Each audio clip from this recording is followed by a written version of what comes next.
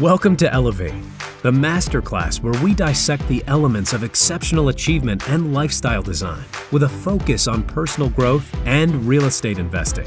Now, here's your host, Tyler Chesser.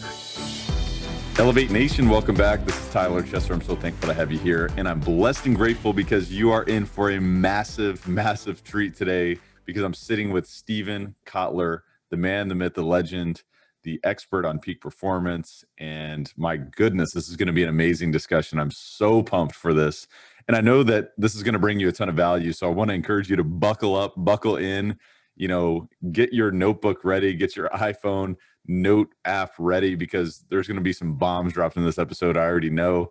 And I can't wait to dive in here, but I'm blessed and grateful to have you here. Are you ready to take it to another level? I want to welcome you back to the show where we sit down for mind-expanding conversations with influential authorities in real estate, as well as top experts in other industries and disciplines. And of course, today we're talking to a top expert in the peak performance realm, and really, a worldwide, a globally known authority in this space. And this is for leaders, entrepreneurs, and real estate investors who have a burning desire for the extraordinary. It is our mission to identify and apply how the best of the best raise the bar personally and professionally to achieve greatness in real estate and beyond. And of course, what we're talking about today can be applied to real estate. It can be applied to your business. It can be applied to your leadership approach. It can be applied to sports. It can be applied to, things that you enjoy doing outside of business, right? Peak performance. And we all are hardwired for peak performance. And we're going to be diving into that today, which I'm so excited to do. We will distill the mindset, the habits, routines, the systems, the tools, the strategies, and so much more from Stephen Kotler so that you can be a peak performer yourself, so that you can bring out the best that you have within yourself. And, at the end of the day, this is all about elevating to a life without limits, because if you can step up your performance, everything is available to you. And not only is it really fun, it's amazing to be the highest performer, that you can, but it's also your destiny, right? It's something that, you should tap into. You should, really max out, as a guy like Ed Milet says, max out your capacity, max out your life. This is a masterclass for leaders and those looking to achieve uncommon results and purposeful outcomes through personal growth, through personal mastery, through real estate investing as a vehicle, other ventures as a vehicle, and most importantly, and ultimately in their lives. If you are enjoying Elevate, we just ask that you give us a very, very quick subscribe to the show, because we're coming out with amazing, amazing content, mind expansion, as well as future expansion is what we're all about. We want to elevate not only your consciousness, we want to elevate your finances, we want to elevate your cash flow, we want to elevate all of these things. So if you're enjoying this, just subscribe to the show and share this with a friend. Pay it forward, by either sharing this on social media, send this to one person. That's the fee that we ask, is that you just share with one person. Of course, you can overpay that fee by paying it forward to more people at once. So go ahead and do that. If you've already done that one time, thank you. We just ask that you do that once again. This is 100% for free. And also give us a rating and review. If you have, 30 seconds, give us a 5-star rating and a review. It really helps us, but also it's something that I'm extremely grateful for. And I also want to know, what is your feedback? Because I read every single review and am extremely grateful for every single one of those. Don't forget to check out Elevate Podcast Community on Facebook. Go deeper with the tribe, expand your conversations, expand your learning, expand your growth by engaging in that tribe. So just go look us up, Elevate Podcast Community. Of course, you can also link to that in elevatepod.com, which is our website. We've got all the resources, tons of resources, show notes, transcripts. I mean, you name it from this podcast across the board. Just go to elevatepod.com. And of course, I want to encourage you to go check out Elevate High Performance Coaching Academy, because look, what we're going to be talking about today is all about peak performance. And that's what we're all about in Elevate High Performance Coaching Academy. We want you to be the best that you can be, whether you are a real estate investor, whether you're a leader in your business, whether you're a salesperson, whether you're somebody who's thinking, maybe there's some side hustles here. Maybe there's some pivots that I can make in my career. We want to have the opportunity to pour into you.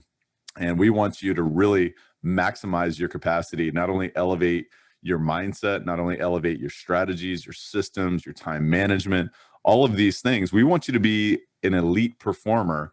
And so we invite you to go check out elevatecoachingacademy.com. And there's a free masterclass, a free workshop right there where you can literally learn how to make the 5 shifts to becoming a higher performer. And if you would like to know, we'll also let you know what the 8-week program looks like and all those details there at the end. But of course, you'll get all the value before you get there. So make sure you go check that out, elevatecoachingacademy.com. And with that said, let's dive in because today is going to be epic. I'm just telling you right now. Stephen Kotler is here, and he is a New York Times best-selling author multiple times. Let me just tell you, he is an award-winning journalist and the executive director of the Flow Research Collective. He is one of the world's leading experts on human performance. He is the author of 9 bestsellers out of 13 books total, including The Art of Impossible, which is his most recent work, The Future is Faster Than You Think, Stealing Fire, The Rise of Superman, Bold, and Abundance. His work has been nominated for 2 Pulitzer Prizes, translated into over 40 languages, and appeared in over 100 publications, including the New York Times Magazine, Wired, Atlantic Monthly, Time, and the Harvard Business Review. Stephen is the co-host of the Flow Research Collective Radio, a top 10 iTunes science podcast, which is so awesome. I definitely highly recommend you go check out their podcast, the Flow Research Collective Radio. Of course, check out his books as well because they are epic. Let me tell you, we want to talk about somebody who's a multiple New York Times bestseller in so many other capacities as well. You've got to check this guy's work out if you haven't already. Along with his wife, author Joy Nicholson, he is the co-founder of the Rancho de Chihuahua, a hospice and special needs dog sanctuary, which I love. Because look, man, I'm a dog guy, and I think most of us are in some way, right? So I love Stephen's love for animals and his obsession with peak performance and human performance and becoming Superman, superhuman in so many different ways. So I invite you to really, really enjoy this amazing conversation with the great Stephen Kotler. Stephen, welcome to the show, sir. How are you? Good. How are you? I'm fantastic. And I know that I think you're a little bit better than good. I'm just having to guess here because you got some amazing news today. You want to share that? It's a good day. You can share it. I mean, you got the sweep. We didn't even know the sweep. We were just talking about this before. We didn't even know the sweep existed on all the bestsellers list for the new book, The Art of Impossible. So how does that feel, man? How does it feel? I'm still a little like, it's the first time I've ever swept every bestseller that's there. You know what I mean? Like that's the thing. I don't think it's quite landed yet. I mean, what I'm excited about more than when I'll get really excited, the book is about teaching people how to level up their game. So it's cool that it went everywhere, right? That's awesome. Once I start hearing, like that's what happened with Bold or Abundance or Rise of Superman, like I think there are a couple thousand businesses that got started because of Bold or Abundance. So when you start hearing that stuff come back to you, and you're like, oh crap, it actually like impacted real change in the real world. That's like, I think that's really when it starts sinking in. This is great and it's awesome. And it just means, the ideas are going to get out there. But when people start applying them and it actually starts producing results, then I think it'll fully land what happened, Yeah, and it's just a barometer. I mean, it shows that obviously the early adopters are really passing that along, and there's obviously a ton of value. So I just honor that, and I appreciate that, and want to acknowledge the value that you bring to the world. But man, I'm excited about this conversation because you're all about elevating your game. You're all about elevating others' game as well, not only through research and just the expertise that you've gained over the years, but also through science and recognizing that, hey, we've got a biology here that can be our ally or it can be our enemy. And so I really want to dive into that. But before we do that, tell the listeners more about yourself, kind of behind the bio, behind the public image, behind all the bestsellers and all the sweeps and all these things. I mean, who is Stephen Kotler as a man behind all that? Wow, I have no idea. I don't know how to answer that question at all. Can we make it a little more specific than as a man? Well, if you would, I'm bipedal. There you go. Yeah.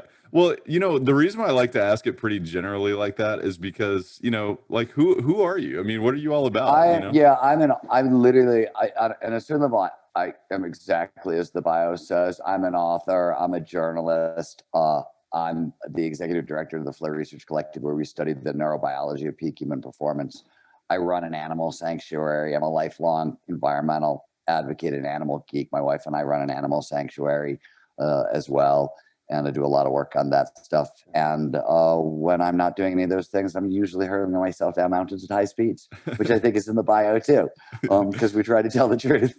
Yeah, I love that. And I love that you're, passionate about dogs in particular. And I know that you're also passionate about evolution. One thing I thought was really fascinating about when I read Sapiens, which you may have read yourself, and I know you've been a student of evolution and through your work, but it's interesting how dogs have evolved with humans as well. Have you thought about that at Yeah, all? well, I wrote a whole book about the relationship between humans and animals, and Yep. really spent a long time.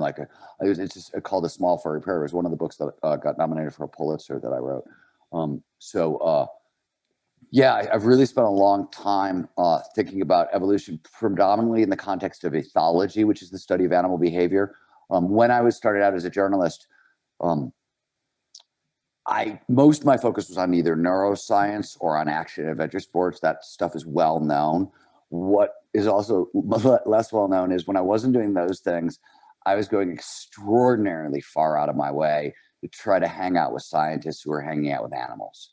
And like I would spend a year planning a trip so I could go spend 2 months in Madagascar working with Patricia Wright, who's MacArthur Genius Award-winning primatologist, studying lemurs in the rainforest. Or I'd go to Ecuador and study monkeys and that sort of stuff. I did a tremendous, and I will tell you, by the way, toughest people on the planet are field biologists. Like you want to know, like, is it Navy SEALs? Is it action adventure sport athletes? Who is it? It's field biologists without even a Interesting. question. Why is Yeah. that? Because the conditions they're going into to study and the animals they're trying to study and the difficulties they're encountering. I mean, the list of, Patricia Wright, who was one of the woman I was just mentioning, she did her doctoral dissertation in the Amazon in Peru, where there are like 300,000 things that can kill you, and all of them come out at night. And she went down to study the Aotus, the night monkey. It literally will travel like 16 miles through the canopy at night. And so she had to and she, by the way, had a baby daughter at the time on her hip and no husband. She's alone. She's in a rainforest with 300,000 things that can kill her. And she's trying to track a monkey that's moving 16 miles a night through this rainforest. That's what I mean. Like it's a level of like danger and toughness, and everything is trying to kill you all the time. And there's no training. Like you're a scientist, you're trained to do research. You're not trained like a Navy SEAL is trained to be tough, or an action adventure sport athlete learns to be tough. You're literally, it's not even, Patricia Wright was a sociologist in Harlem before she became a primatologist. It's so fascinating, and it's just interesting because you would never think that I guess when you really describe it in that capacity, of course it's dangerous, right? It makes sense. But one thing that I really admire about you, and this is something that I share, and I know that many peak performers do as well, is just that level of curiosity and really trying to understand that perspective and gain that perspective, and then become an expert and dive into that and talk about talking about the flow, which is a lot of the stuff that we'll talk about today. But I'd be curious if you were to really kind of take it from a high level. I mean, what fascinates you about peak performance? Like, why did you dedicate much of your life work towards that? The first time I encountered individuals who were accomplishing so-called impossible feats, stuff that had never been done and we believed was never going to be done, which has been essentially what I spent my career studying, was in action sports. And which, I said, I became a journalist in the early 1990s. And action sports back then were like rowdy, irreverent punk rock subculture. It was really hard for journalists to get anywhere near these communities. As a general rule, the athletes involved tried to kill the journalists. They were like famous for actually doing this kind of crap. Most of the journalists I know who covered action sports in the 90s, myself included, got PTSD on multiple occasions along the way. Like it was not for the faint of heart. But the craziest thing about it was when it wasn't just that they were doing things that had never been done before, and we really didn't believe were going to be possible for the species. And that you're right, they talk about the 90s as the great era of impossible because it was so many of these feats, right? And they weren't just being done, they were being iterated upon. It was like this form of extreme innovation that was insane. But it was these athletes. It wasn't like anybody you'd expect to do this. These athletes, everybody I knew came from broken homes and horrific childhoods. They had very little money. They had almost no education. There was a lot of risk taking. There was a lot of drug abuse and drinking. Normally, you put these things together in a community, you get jail, you get death, right? Right. Bad stuff happens. What you don't get is reinventing what is possible for our species over and over and over again. So the size of the magic trick that I first encountered, besides it's one thing like seeing this stuff up close in activities that you've spent I've been skiing my entire life by the time I was first, in Chamonix. I was like 25 years old the first time I was in Chamonix with professional extreme athletes at the time. I thought I was an expert skier. I ski bummed after college. I thought I knew what the hell. And when you see professional athletes for the first time up close in person, it looks like a magic trick. Like they do stuff that you're like, it doesn't actually make it, like it defies the laws of physics, it defies gravity. And that was happening all the time in those days. So that itself was, head exploding, coupled to the other things I was writing on, right, which was psychology and neuroscience and evolution, and ethology, behavior. This stuff taught me that, wait a minute, this high risk, crazy, insane community, they're not supposed to be driving innovation forward and like what the hell is going on. So the size of the original mystery was so captivating to me. I don't think I ever got over it. And when you didn't, and I took the question into other domains, into science, into technology, into business, into, everywhere, and asked this question, what does it take to do the impossible? The answers were always the same. Whenever the impossible becomes possible, we see a bunch of stuff, but we also see a state of consciousness known to researchers as flow. So that was core to the mystery. And I wrote 6 of my books have sort of been about that subject. The other thing that shows up is people kind of extending human capability with flow and people harnessing disruptive technology and using that. That's the other half of the equation. When the impossible becomes possible, right? Those action sport athletes were doing amazing things and they're doing with flow and other things we could talk about. But all of these whiz-bang aerospace materials that had sort of been developed in the 60s and 70s started creeping into surfing because the board shapers were in Southern California where the aerospace guys were. So they all knew each other. And it was just engineers talking to engineers about how do you design wings? That's a surfboard, right? So high-tech supercomputer stuff started leaking into action sports. And by the time people, the 90s rolled around, it had the new materials were there. There was all kinds of, technological stuff that was also allowing this to happen. People rarely talk about this side of the action adventure sports coin, but put those two things together, you tend to get the impossible. And this is true everywhere I've looked as well, right? Whether it's people taking on impossible global challenges, the subject of my book, Abundance, where it was small teams of people going after energy shortages or water scarcity or poverty or right, like stuff huge governments used to do. Now we had individuals succeeding against these kinds of challenges. You saw flow and people learning to extend human capability. And you also saw them harnessing disruptive technology, right? If you're solving energy scarcity in Africa, you're using solar to do it, right? It's an accelerating disruptive technology. So that's a lot of what I've done. And I've, written 6 or 7 books about technology. So that's essentially my career and the shit that's driven me forward. But it was the size of the puzzle. You know what I mean? Like the mystery. I'm a curious guy by nature, right? In general, I've been curious my whole life. Journalism is a career where you get to exploit your curiosity. So I got paid to exploit my curiosity. And so I'd been cultivating this for a long period of time. And then I encountered a mystery that was so goddamn big. You know what I mean? I was like, okay, I want to know how this works. Hey guys, just a quick word from our sponsor and we'll be right back to the show. This episode of Elevate is brought to you by CF Capital, and you know how much I love real estate and how it can be a vehicle towards creating any outcome that you want in your life, which is really why we created CF Capital. It's a real estate investment firm that focuses on acquiring and operating multifamily assets that provide stable cash flow, capital appreciation, and a margin of safety for our investors, for our partners, and for the people that we serve. Our team leverages its expertise in acquisitions and management to provide investors like you with superior risk-adjusted returns while placing a premium on preserving capital. Our mission is to provide property investment and asset management solutions to help investors maximize their returns by investing in high-value multifamily communities.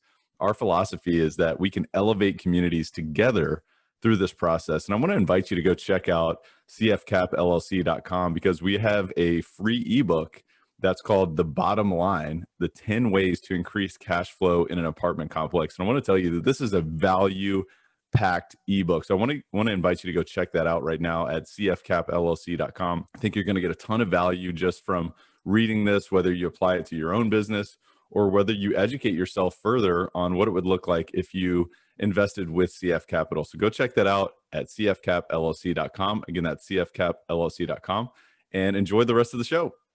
Yeah, and I just want to dive deep and just go into every rabbit hole and see where it takes me, right? And you didn't know, like at that time, where it was going to take you in terms of all of your work. You know, it's interesting. What I knew back then, everybody else had been coming at this problem through psychology. And I knew, still my opinion, but I knew, or I was pretty sure of, that it was the wrong tool for the job. We needed neurobiology. As far as I could tell, as much as I knew about psychology, when you translate it into how do you train it, it's always metaphor, right? When you say mindset, you mean attitude towards life. When psychologists say mindset, they actually mean attitude towards learning, but they don't even mean that. What they mean is specific regions of the brain are getting active that facilitate learning, and other ones are staying quiet that also facilitate learning. And when learning is blocked, we see this inverted. So all the freaking metaphor about tuning your mindset, blah, blah, blah, that doesn't matter when you have an actual mechanism. No, what you really need is to activate these structures in the brain, produce these neurochemical effects, tilt brain waves this way, and we know how to do that at a mechanistic level, and we can teach people that. And I came in, I was reporting on both, but I came in hungry for the neuroscience because I thought it was a cooler puzzle, and it was also neuroscience. For whatever reason, neuroscientists, especially in the 90s, were also interested in some of these grand philosophical questions. How does consciousness work? What is the nature of reality? And, you know, I spent a lot of time studying philosophy along the way. So these questions were very real to me.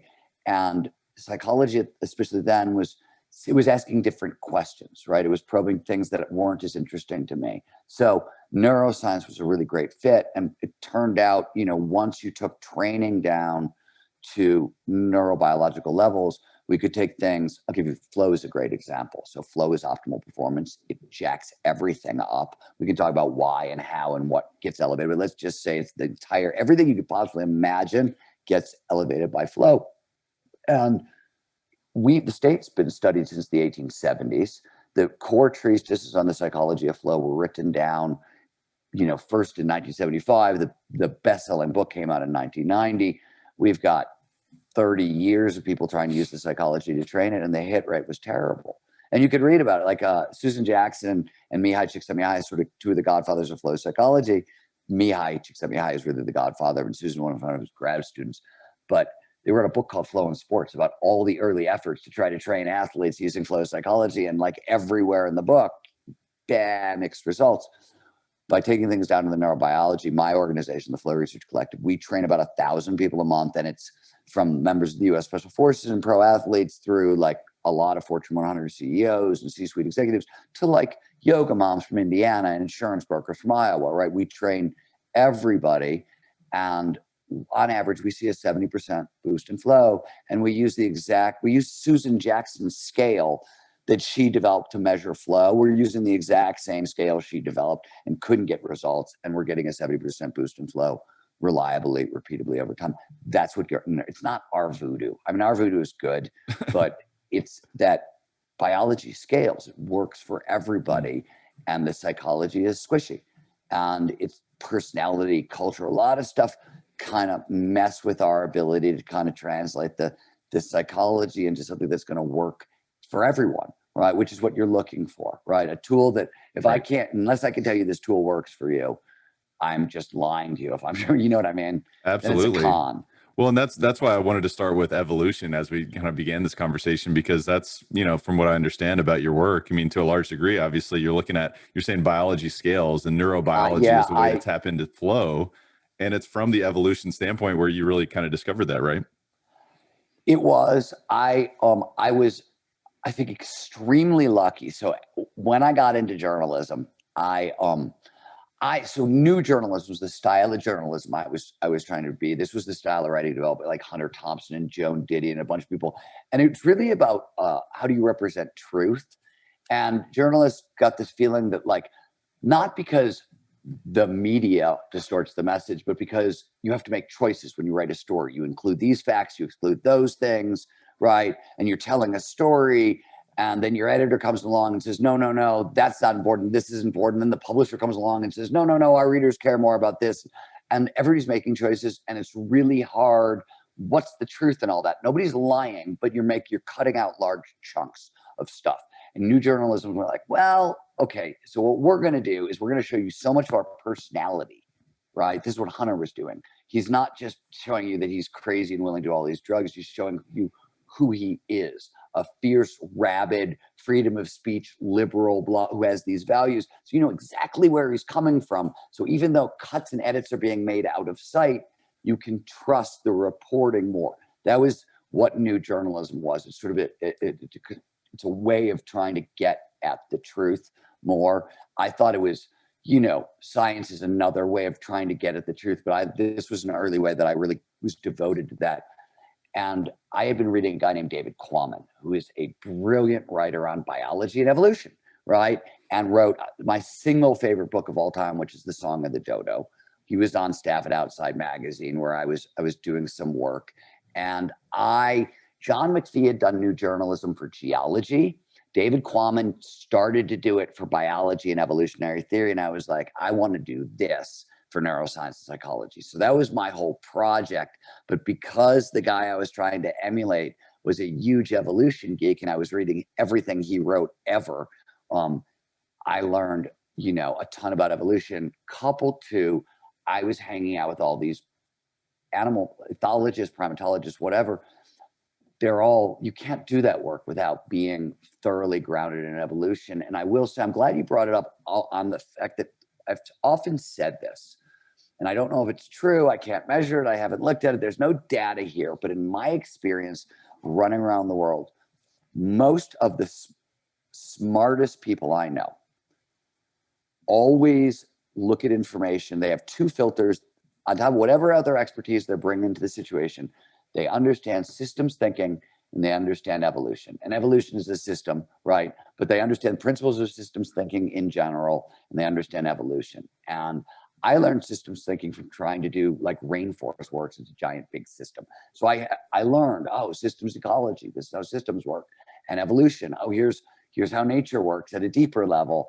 And that kind of scale thinking, it's not, forget even what the topic is. Thinking this way about evolution and about systems ecology teaches you to think at scale and at using systems. And since everything we deal with in business, in life, right, these are all systems, it's a huge advantage. It's a huge advantage having that framework.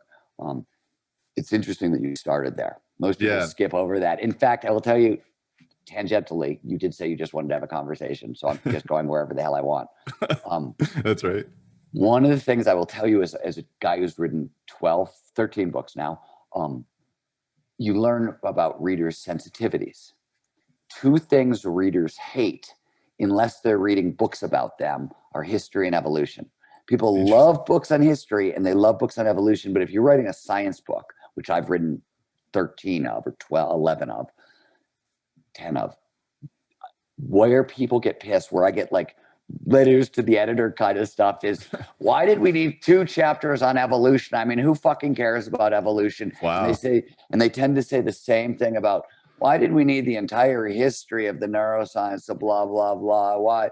And it's really funny because if you look at the books that always win, like Pulitzer Prizes, Nobel Prize, they always have evolution, they always have history in them. But as a general rule, readers hate it, and you get pillared for it, and you lose readers for it. I can't explain it. I don't know what it is. But I have come to think of it as a filter for a certain kind of smart that I like to be around in people. Interesting. Well, I appreciate that. And hey, we just, our friendship is blossoming in front of our eyes. I love it. But talk to me, let's talk about the state of consciousness of flow, because that's the pattern that you observed as you started to unravel this mystery and you continue to be obsessed with. So let's talk about that. I mean, where would you like to start in terms of the state of consciousness of flow? Definitions. Scientifically, flow is an optimal state of consciousness where we feel our best and we perform our best. So it's both categories. More specifically, it refers to any of those moments of rapt attention and total absorption, so focused on what you're doing that everything else just seems to disappear. Time passes strangely, it slows down, occasionally more often it speeds up and 5 hours go by in like 5 minutes.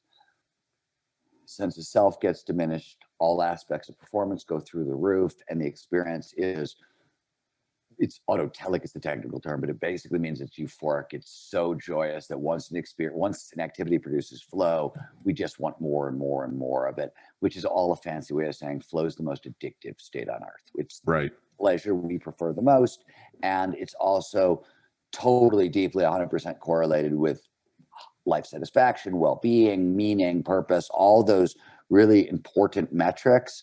The more flow you have in your life, the higher you score on all those metrics. Okay. So that's a definition of flow. The other thing that is worth pointing out to people, because this is very confusing to most folks. So by the way, when psychologists define flow, they do it just how I did it. There are 6 core characteristics, ways the state make you feel. And I just listed them: complete concentration on the task at hand, merge of action awareness, vanish to self, time dilation, complete control that comes from this peak performance and autotelicity. So how do we measure it? If those 6 characteristics show up, that's flow. How much of them show up? They can show up dialed down to like 1 on the scale of 1 to 10. That's micro flow. This is like you sit down to write a quickie email, you get sucked in and you write an essay and an hour goes by. And when you pop back into consciousness, maybe your sense of self didn't disappear and nothing mystical happened. You didn't merge with the universe, but bodily awareness is gone. And you're like, oh my God, I got to go to the bathroom. And you run to the toilet, right? Like that happens to us all the time, right? Sure. Oh my God, I got to pee. That's bodily awareness being diminished. That happens as part of flow. So that's how they measure it. That's microflow. The other end is macroflow. It's when all these things show up, dialed up to 11 times, slows down, and right, often talked about it in mystical qualities, or using that language, because it's a really deeply profound altered state of consciousness. So that's a quick flow overview for everybody. Okay, so that's on the psychological perspective, and you were talking about really the state of consciousness of flow. And so, let's talk about that. I mean, if you want to get into peak performance, what you're talking about is a state of consciousness, right? So there's a process or an approach that you've studied. I mean, could you talk a little bit about that? For sure. And there's no short answer here, right? Like the shortest way I could teach anybody all the things that you need to know for peak performance is in the new book, The Art of Impossible, right? It's a peak performance primer, it's a blueprint. So but here's what you need to know. And flow, by the way, when we talk about peak human performance, flow is absolutely foundational. It's necessary, it's not sufficient. There's other things going on. And so there's some other things in the equation. It's not just flow is the secret to everything that ails you. That's not going to work. But what we do know is that flow is a profound boost in everything you possibly imagine. And flow states have triggers. These are preconditions that lead to more flow. Easiest way to think about this is flow follows focus. It shows up when all of our attention is in the right here, right now, right? First characteristic of psychological characteristic flow. So that is what all these triggers do. They drive attention into the now. Now, there's 22 known triggers. There's 12 triggers for individual flow. This is me in a flow state or you in a flow state. There's also group flow. This could be 2 people, me and you talking, interpersonal flow, or group flow, a band coming together and the music just soars, or a fourth quarter comeback in football, or a great brainstorming session. That's all group flow. There are 10 triggers for group flow. There's probably way more, but that's what we've discovered so far. And if you want more flow in your life, these triggers are your toolkit. To put it really, to bring kind of the story back around, what did the action adventure sport athletes do back in the 90s? Like, what the hell happened? For a bunch of reasons we won't go into, they basically started building their lives and their culture around flow's triggers. And As a result, they started maximizing their access to the state, and they made it reliable and repeatable. And one of the things that happens in flow is learning, path to mastery, massively accelerates. This is research done by the U.S. Department of Defense. Soldiers in flow can learn 240 to 500% faster than normal.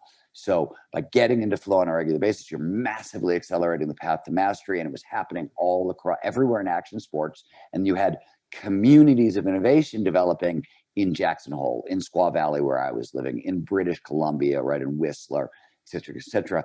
These are essentially skunk works, right, built around flow triggers, and the result, maximize flow, blah, blah. But here's the more important fact. It's not just action adventure sport athletes. Anywhere you see a culture of innovation, Seattle during the grunge rock movement, right, 90s, Paris in the 1920s, Silicon Valley today, or San Francisco during the birth of the .com movement in the early thousands, right? Anytime you see a culture of innovation, you're seeing a culture that is being built around or prioritizing flows, triggers. And to put a real business cap on the whole thing, the best innovation blueprint anybody had for the 20th century was skunkworks, right? Developed by Kelly Johnson and Lockheed Martin in the 1940s as a way to how do we build planes faster than Germans to win World War II. And ever since, everybody from Apple to Walmart to Whole Foods, whenever anybody in business wants to innovate to these days, they build a skunkworks. Kelly Johnson had 14 rules for skunk. They're online. I think Wired did a great article about them not too long ago. If you look at them through the veil of peak performance, meaning like read The Art of Impossible and then go back and look at those skunk triggers, or you can read my book Bold, where I actually break this down specifically. But Kelly had 14 rules for skunk. He was collaborating at the time with the U.S. Army. 3 of his rules were like for dealing with the pain in the ass. That was the U.S. Army. The 11 other rules are about cultivating flow. They're flow triggers. So, for example, immediate feedback is a flow trigger. Flow follows focus. So when feedback is immediate, like we don't have to wonder, how am I doing? How do I perform better? We know, right, instantly. This is action sports, packed with immediate feedback, right? You're skiing, you either set that edge, at the top of the couloir, you're sliding on your ass to the bottom, right? Like it's neither or. Feedback's immediate. Really high flow professions, surgeons, ton of flow because feedback is immediate, right? You fuck up, the patient's dead. Like it's really clear. So other high flow professions, coding, stock market, all this stuff, really feedback's built in, blah, blah, blah. Anyways, skunkworks emphasize rapid experimentation. Lots of little tiny experiments. Don't do big, giant, do as many tiny little experiments as you can, right? And this is Jeff Bezos at Amazon. The success or failure of Amazon, it depends on how many experiments I run per month, per week, per day, right? Same reasons, right? Rapid experimentation gives us fast feedback. Fast feedback gives us flow. Flow amplifies creativity, learning, motivation, grit, productivity, on and on and on. So, and innovation. So this is how that cycle works. And that's what you saw in the action sport athletes. So you want more flow. These triggers are your toolkit, right? You want to know how to use these triggers and how to read The Art of Impossible. If you're too impatient for that, cool. Got a gift for you guys. You go to www.flowblocker.com. So besides the triggers, there's obviously shit that stands between you and more flow, right? Flow follows focus. So distraction, for example, is a major flow blocker. That's one example. Anyways, there's 6 major ones. Most of us fall prey to 1 or 2 categories, but it's usually one big one, right? This is a diagnostic. We built it. It's free. It'll not only help you diagnose what's standing in your way, it's got a full action plan. So you can check that out. And that's free for everybody. That's awesome. And we'll put links in the show notes to that, as well as all of your books, because I highly recommend you go deeper, right, on all this stuff, because, there's so much out there that Stephen's laid out. But, one thing that I love that you talk about is that we're all wired for peak performance, right?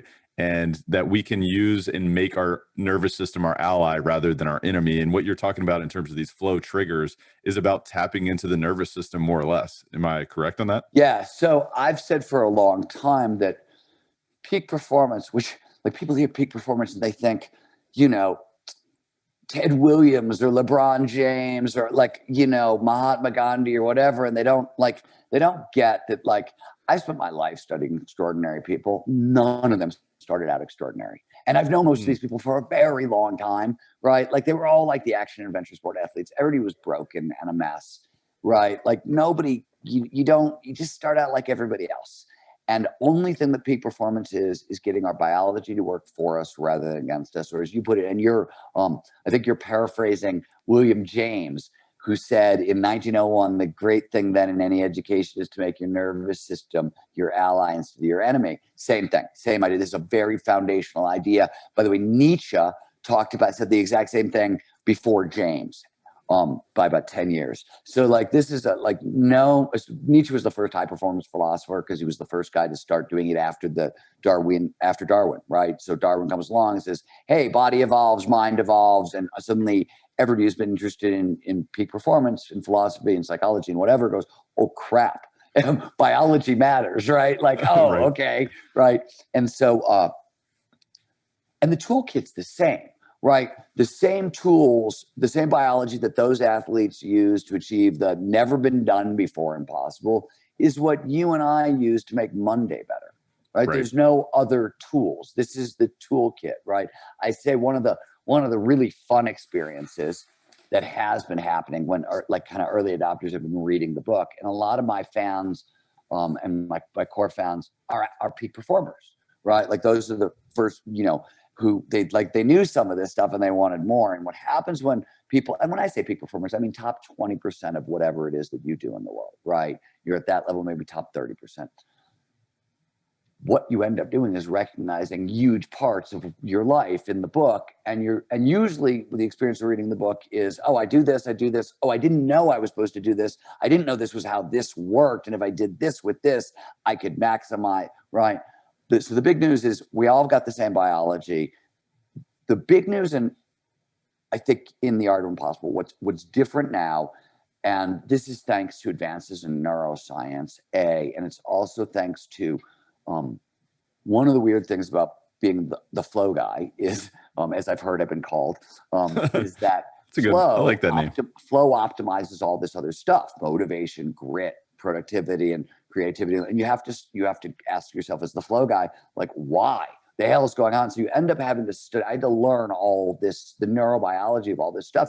And when you do that, you start to realize that, like, oh, wow, this is all a sequence. It's a system. It's all designed to work in order, and it's designed to work together. So like, there have been great books written in the past 10 to 15 years on grit, on motivation, on productivity, on focus, on flow. I've written some of these books, right? Like, right. But they're all slices. What we now have is a look at the full big picture. And what you get is, oh crap, all this stuff is designed to work together. And the point you started with, probably the most point, you get it working together. Use the system how it's designed to work. Oh my God, you go so much farther, faster. And the other caveat, the big eye-opening thing, what I like to say is, human beings, it turns out, are designed to go big. We are literally by design to go big. The psychologist Abraham Maslow didn't put it, he said it better than I did. He said, whatever a human being can be, they must be. So we are designed to rise to our full capability. And it turns out not going big is bad for us. Wow. It turns out not getting our biology, not using our biology the way it's designed is, and when I say bad, I mean crippling bad. So let me in the early portion of the book, when I start talking about our biology, one of the first places you start is with intrinsic motivation. You talked about curiosity. That's an example of intrinsic motivation, passion, purpose, autonomy, right? The desire to be in charge of your own life and what you're doing with your time, and mastery, the desire to get better and better at the things we do. These are the biggest 5 intrinsic motivators. And by the way, they're also all flow triggers, because when you have curiosity, what do? You pay attention to the thing that's in front of you. It happens automatically. Passion, you pay even more attention. Purpose, oh wow, I do this thing, and not only is it good for me, it's good for the whole freaking species. Cool, I'm going to pay a lot of attention. Oh, I get to do this thing with freedom. It's my way. Cool, I'm in charge. I'm paying even more attention. Oh, and I'm really kick-ass good at the stuff I'm doing, and it's going to get me laid Friday night, and I'm going to cure AIDS. Cool, right? Even more, you get my point. right? Yes. These things really drive us. So 8 major causes of depression in the world and anxiety. Now let's talk about for a split second. This is a plague. I mean, we've just suffered COVID as a plague. Anxiety and depression are so much worse. 1 out of 10 adults will need treatment for anxiety and depression this year. It's the largest drain on public health dollars in the world. And somebody kills themselves once every 12 seconds. So we're failing miserably. We're doing so much better against COVID than we are against anxiety or depression, right? And interestingly, if you look at these 8 causes of this plague, 2 of them get everybody's attention: trauma and genetics, right? Trauma, something terrible happened and I can't get past it. And genetics, my brain is screwed up. I can't produce enough serotonin, so I can't be happy. And yet, if you look at the data is overwhelming on genetics, that genetics alone can never cause depression or anxiety. It's only ever 50% of the equation, and how you're living is the other 50%. Trauma, the vast majority of the time, you don't get post-traumatic stress when you encounter trauma. You get post-traumatic growth, right? This is Hemingway's "The world breaks everyone, and afterwards many are stronger at the broken places." But Hemingway was right. It's many. Like, look at the data. It's overwhelming. It's like, this is how we grow up in the world, right? Bad shit happens, you solve it, and you go on. And that's how, as a general rule, this is not what crushes us. What crushes us? What are the other 6 causes of anxiety and depression? Number 1, lack of meaningful work. What does that mean under the hood? Work that I'm not curious about, work that I'm not passionate about, work that isn't aligned with my values and who I am, my purpose, work that I'm not afforded any autonomy. I have to do what the boss says. I can't explore it the way I would do it. And there's no opportunity for mastery. I'm not getting better and better at the things I'm doing. It's too all over the place. That's the number 1 killer, right? Wow. Lack of meaningful values is 2. That is, I don't have purpose. I don't have flow. So not going, the system is designed to work a certain way. I mean, by the way, this should not surprise anybody, right? Like, right. Funny thing, Tyler, I was using my new vacuum cleaner as a hammer and it broke, right? I mean, what other place where you use the system for something it's totally not designed to do? And we're surprised that it breaks, but that was a shocking finding with this book, but that it is one of the it does seem to be one of the big truths, is that we're optimized to rise to our full potential, to go after hard challenges, and not doing it is really rough on us. Hey guys, I just wanted to take a brief time out from this show, this incredibly mind-expanding discussion, to speak to the high achievers, the high performers. I wanted to speak to those who have a burning desire to go to the next level and beyond. First of all, I hear you and I see you. When I got started as a real estate entrepreneur fresh out of my W-2 corporate job, I was excited and jubilant to create and design my future.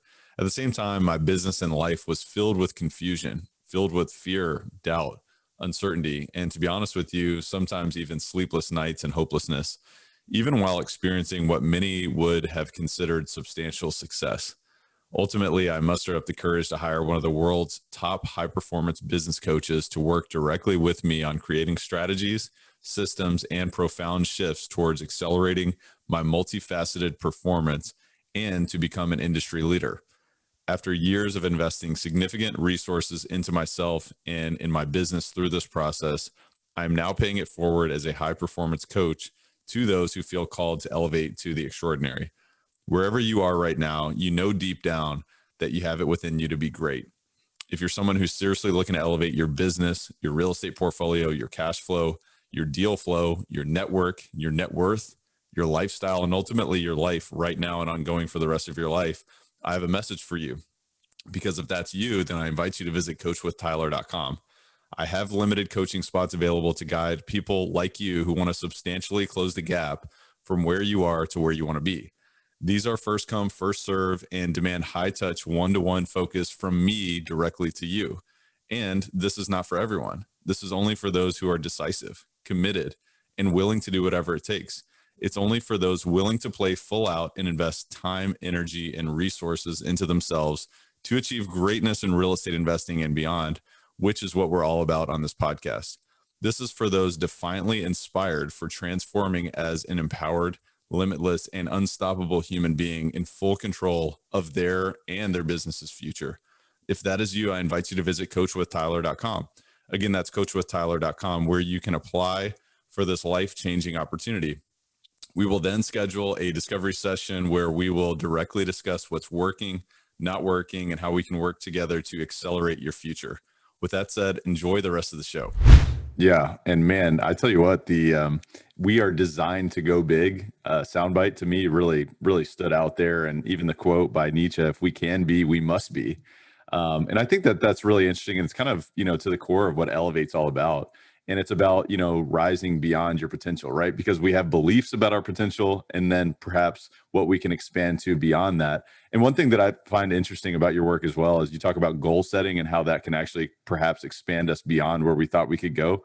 Could you talk about goal setting and what you've seen in terms of the power of that? Yeah, but let me start with a huge, huge, huge warning. Before we talk about goal setting, I want the number one thing, because I'm Gen X. Gen Xers don't tend to do this. Millennials and Gen Z love to lead with their purpose. Hi, my name's Tiffany, and I'm here to save the rainforest. That's my mission, right? Like every meeting I'm in, and I'm sorry, Tiffany, I want to save the rainforest as well. But here's the problem. When we talk about our goals out loud, the brain releases the reward neurochemical dopamine. Dopamine is literally focus, energy, and it's the energy we use to go after our goals. And so by talking about our goals out loud, your brain starts to behave as if you've already accomplished your goal. And then when you actually go to accomplish your goal, it will not produce the same dopamine. So literally, you're robbing yourself of the motivation and fuel.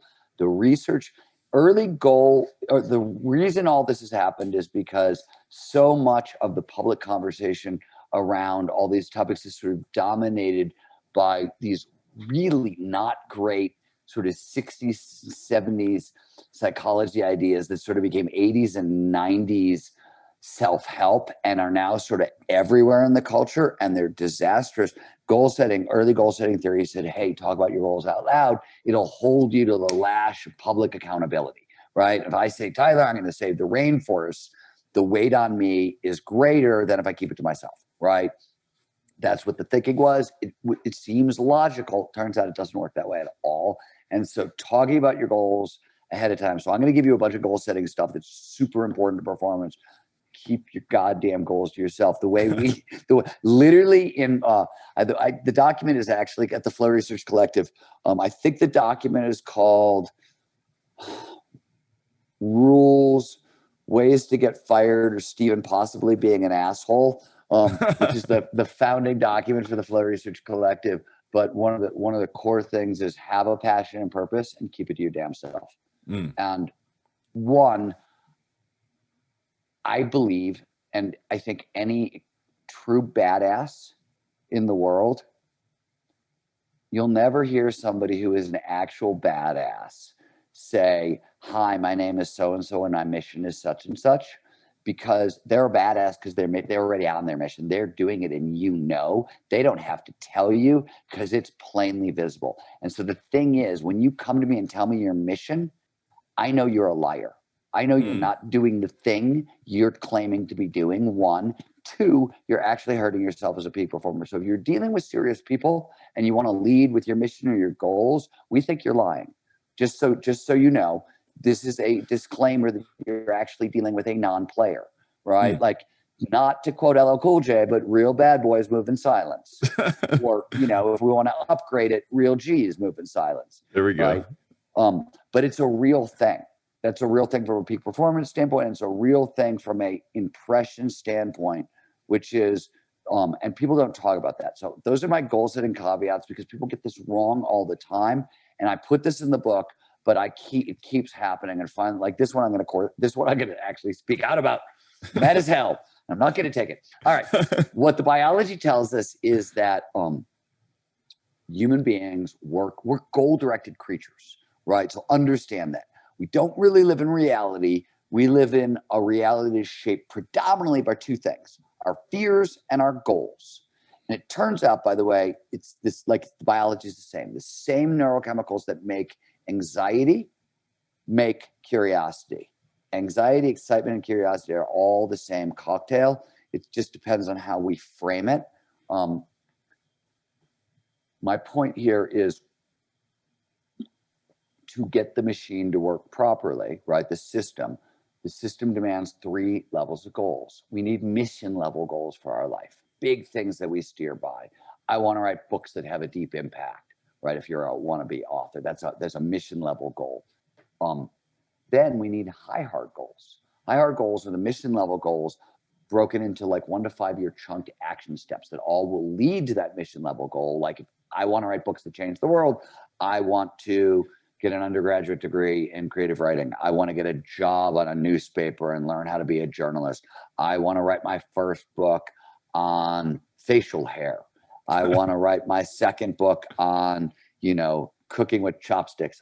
I don't know. You get my point. 1 to 5 year chunk goals. And then you need clear goals. Now, clear goals themselves are a flow trigger, because when our goals are clear, we know where to put our attention, and our attention stays focused on that, and we know what we're trying to do in a situation. So they work as a flow trigger, but clear goals are literally the daily to-do lists, right?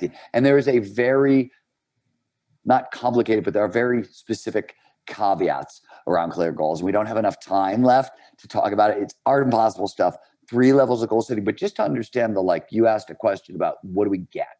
So high hard goals, properly set high hard goals are the clearest metric we have in terms of measurement, because there's so much work that's been done on them. But in almost every domain you can possibly imagine, because they've looked everywhere, properly set high hard goals give you an 11 to 25% boost in motivation. This is cuckoo. If an 8-hour day is your baseline work, this is like getting 2 free hours of work done simply because you set the right kind of goals. So when we talk about getting your biology work for you rather than against you and going farther, faster, right? Flow itself, McKinsey's metric, and maybe it's wildly over the top, but it's in line with a bunch of other numbers, says we're 500% more productive in flow. So, these are huge, huge boosts on top of the 11 to 25%, like incredible boosts in really foundational stuff. And that's the other thing about, like, when you get your biology working for you rather than against you.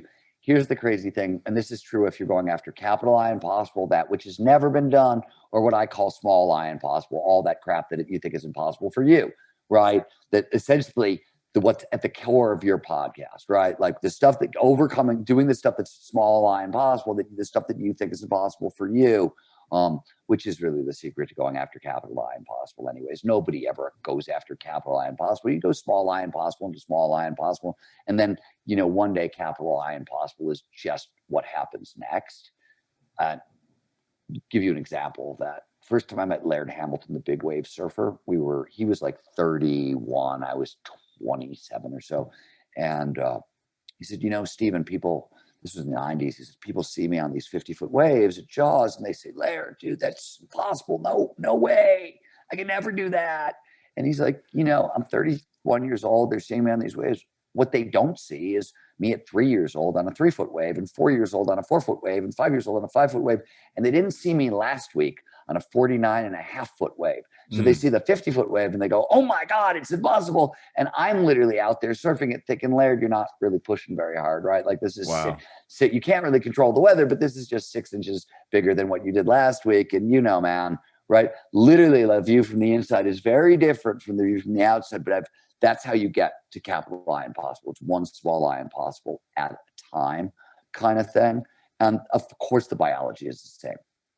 So it's just continual incremental improvement, but it's continual stretching of what you believed was possible. The simplest way to describe peak performance is about, and so how many items should go on your clear goals list for a day, right? Right. The answer is figure out how many things you can be excellent at in a day, and that's the number, right? And everything you have to do that is going to take energy. This could be talking to your spouse or your kids. This could be taking your dog for a walk. This could be anything that's going to take energy and that you want to be good at, right, goes on that list. And you figure that out. But the bigger point is all you can, with all those activities, what does it mean to be excellent at? It means to go into them and be able to use your skills to the utmost. That's how we find out what we're capable of, right? Human capability is an emergent property. We push our skills to their utmost and our capability emerges. And it's like a state shift, right? Flow is this thing that emerges when we do this right, and suddenly we're going so much farther, faster. So you don't know the benefit, you know what I mean? You can't measure it because it works like compound interest, but that's literally how we, how we get to impossible. And it's also the reason that, like, I always like to say that, like, humans are hardwired for extraordinary, and most of us don't know this because human potential is invisible, right? It literally is an emergent property that only emerges when we use our skills to the utmost. That's over and over and over again. That's how we actually find out what we're capable of. But the crazy thing is, because of the whole biology working for you rather than against you stuff, it's actually a hell of a lot easier to get to these high, hard goals than you ever imagined. And I would like to point out, for biological reasons, that are, look up emotional set points. We won't go into this, but honest to God, if you've made it to adulthood, if you've survived being a teenager, you've already felt the worst that this life can pretty much offer. Now, there are caveats. The death of a child and chronic unemployment can change this, but as a general rule, because of these emotional set points, you've already experienced the worst you can feel on this planet. It's already happened. So I'm not saying you're built to do that every day in a row for 5 years. Like, you may not have dealt with that, but my point to everybody is, not only do we not know what we're capable of, right? And you're capable of so much more than you know, but you're already tough enough to do all this work. There's no secret pain that's out there hiding around some corner that you haven't yet. You've already felt the bad. I mean, I'm not saying it sucks. There's no way around the suck, but like, it's not like there's a surprise pain somewhere. And I think most of us feel that way. Like, I can't do this. I'm so afraid because, well, what's the worst that's going to happen? The worst thing, you've already been there. Like, seriously, if you made it with your hormones, you couldn't control your emotions. This is being a teenager, right? Like, you've already, unless you had one of those miracle childhoods where nothing bad happened to you, if that's not you, besides those people, freaks. Right. Right. Stephen, this has been amazing. And I just want to, re-highlight what you just said. We are so much more capable than what we know. And I think that's an extremely powerful, soundbite in itself, and such a reminder that, hey, look, we can continue to push the bar. We can raise the bar in our own life and raise it incrementally, right? To see what happens next. But Stephen, I want to transition briefly into our rapid fire section. It's called the Rare Air Questionnaire, which is what you're all about, right? It's about the art of impossible, right? It's about continuing to stretch those limits and continuing to, dig deeper within yourself about, hey, what's the peak performance look like within you? So as an amazing, prolific author yourself, I would imagine you're also a big reader, and also judging by all the books behind you. If you had to point to 2 or 3 of the most impactful books that you've read over the past few years, is there any that come to mind? Charles Yu, How to Live Safely in a Science Fictional Universe, is maybe the most creative novel I've read in my entire life. It's brilliant. It's funny. It's the coolest meditation on time, memory, and loss, and regret, and reasons why not to have regrets, but it's so freaking fun. Also, on the tip of, like, just amazing feats of fun and imagination, another sort of weird ass sci-fi book, John Dies in the End. These are just the two of the best books I read this year. Both are just amazing novels. And a lot of people, professionals, don't read novels. I want to use all my time reading nonfiction to learn, and don't sleep on novels. Nonfiction gives you facts. Novels gives you an alternate perspective, and they force you. Good novels force you into that perspective. You have to adopt a perspective you would never have for a little while, and it's amazingly good for innovation and creativity and problem solving and whatever. Really great peak performance tool. So don't sleep on novels. And nonfiction wise, the coolest thing I've read all year is the Cambridge Handbook of the Imagination, which is Cambridge handbooks are, these are papers. It's a collection of papers on the imagination, and it's predominantly psychologists and neuroscientists. But it's with the Cambridge Handbook, you get global perspectives and historical perspectives as well. So the Cambridge Handbook, I have, books on what is imagination in Iranian philosophy or Hindu Vedic philosophy or Buddhist philosophy, right next to kind of Western neurobiology of imagination and, blah, blah, blah. But that's been my favorite nonfiction book that I've read in a while. I love that. Thank you for sharing that. And of course, we'll put links in the show notes to those books as well as all of your books, Stephen. And what's the biggest way that you elevate your life on a daily basis? Try to hurl myself down mountains at high speeds whenever I get the chance. You're laughing, but it's my primary flow activity. And that's super important.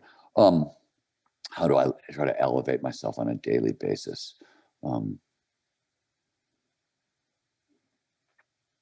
don't know. I mean, it's funny because the answer to that question is art impossible. I mean, you want to know what I do on a daily basis? That's you know, that's what the biology says. So that's what I do. Absolutely. I love that. What's the biggest way that you elevate others around you?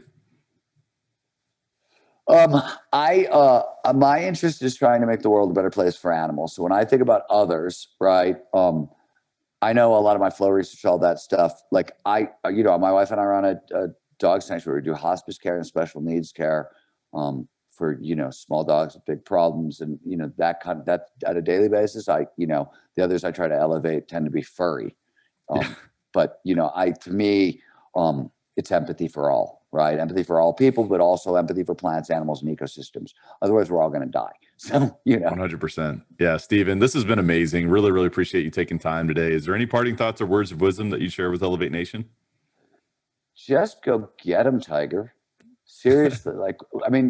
I wrote The Art of Impossible.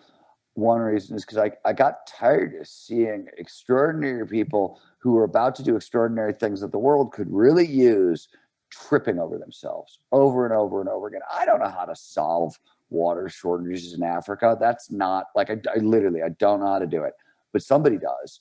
I know how to solve the peak performance. I know how to teach you how to, so you don't keep you out of your own way. So that's, you know what I mean? Like, go get them. Seriously. The world needs you. Go get them. Man, amazing. Stephen, you are amazing. And I look forward to part 2, but thank you so much for being here, my friend. My pleasure, Tyler. Thank you for having me. Absolutely. Oh my goodness, what just happened? Elevate Nation, my goodness. Stephen Kotler dropping bombs today. And I don't know if you enjoyed that, half as much as I did, but if you did, then you're vibing right now. And man, there's some flow that we can all tap into. It's amazing that we can just, we literally can make our nervous system our ally instead of our enemy. And so understanding that and really diving deep into how can we use that lever towards creating high performance in everything that we do, right? And being a high performer in the things that we're in our zone of genius for, right? The gifts that we've been given. So I'm so grateful for the opportunity to have interviewed Stephen Kotler, one of the, world's foremost experts on peak performance. And you can see why. I mean, I hope you enjoyed that conversation, but you can learn more about Stephen at stephenkotler.com or the art of impossible.com, flowresearchcollective.com. And of course, we'll put links in the show notes to all of that, in addition to where you can find Stephen on social media and LinkedIn, Facebook, Instagram, Twitter, you name it. But you definitely want to go dive into his books because his books are phenomenal. Look, at the end of the day, the sales speak for themselves. And we're talking about a guy who's, I think now a 4-time New York Times bestselling author, an amazing, amazing, amazing person. And I tell you what, this is the key. At the end of the day, this is the key to stepping up and being a high performer in so many different regards, whether it's in your business, your real estate portfolio, your relationships, your sports, whatever it is. I mean, we all are destined for greatness. And oh my goodness, we are designed to go big. So let's go big.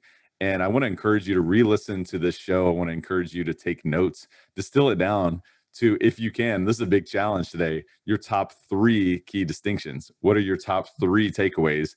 And share that with a friend. It's like, wow, I didn't realize that, X, Y, and Z was the case. Can you believe this? And I just heard it here on Elevate. So I want to encourage you to listen to this. So share this with a friend, share this with a colleague, share this with a family member. Share this with your spouse, because my goodness, we can apply this to everything. We can apply it to everything in our life, everything in our business, everything in our money, in our happiness, our fulfillment. So share this with someone else. I want to encourage you to re-listen to this show, because you're going to find things that you didn't hear the first time around. But most importantly, and ultimately, I want to encourage you to take massive action. Take massive action, whether it's setting your goals, setting your intentions, and, setting up yourself for a daily, practice towards stepping into excellence, right? Stepping into excellence and taking action on, is it 3 things? Is it 5 things? What is it?